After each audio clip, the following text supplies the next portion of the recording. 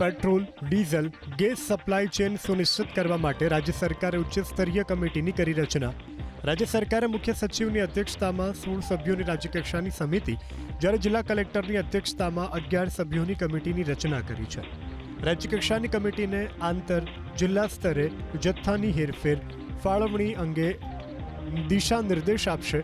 પ્રાથમિકતા ધરાવતા ક્ષેત્રો જેવા કે સપ્લાય ચેન, સસ્તા અનાજની દુકાનો, જાહેર પરિવહન, હોસ્પિટલો, પીડીએસ અને ખુલ્લા બજારમાં અનાજની યોગ્ય ઉપલબ્ધતા સુનિશ્ચિત કરવા જરૂરી નિર્દેશ આપવાના રહેશે.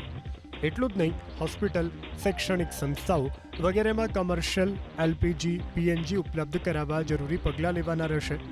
દરેક જિલ્લાઓમાં રોજ સ્ટોક રિપોર્ટિંગ થાય તે સુનિશ્ચિત કરવાની જવાબદારી રાજ્ય કક્ષાની સમિતિની રહેશે.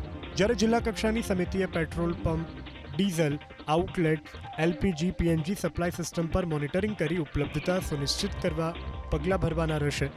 કોઈ જથ્થાબંધ સંગ્રહ અથવા કાળાબજારી ન થાય, પીડીએસ અનાજનું વિતરણ યોગ્ય રીતે થાય, નિયંત્રિત દરે આવશ્યક વસ્તુઓ ઉપલબ્ધ રહે તે સુનિશ્ચિત કરવા પગલાં ભરવાના રહેશે. આવશ્યક ભીડ અને પેનિક બાઇંગ ન થાય તે સુનિશ્ચિત કરવાની જિલ્લા કક્ષાની સમિતિની રહેશે.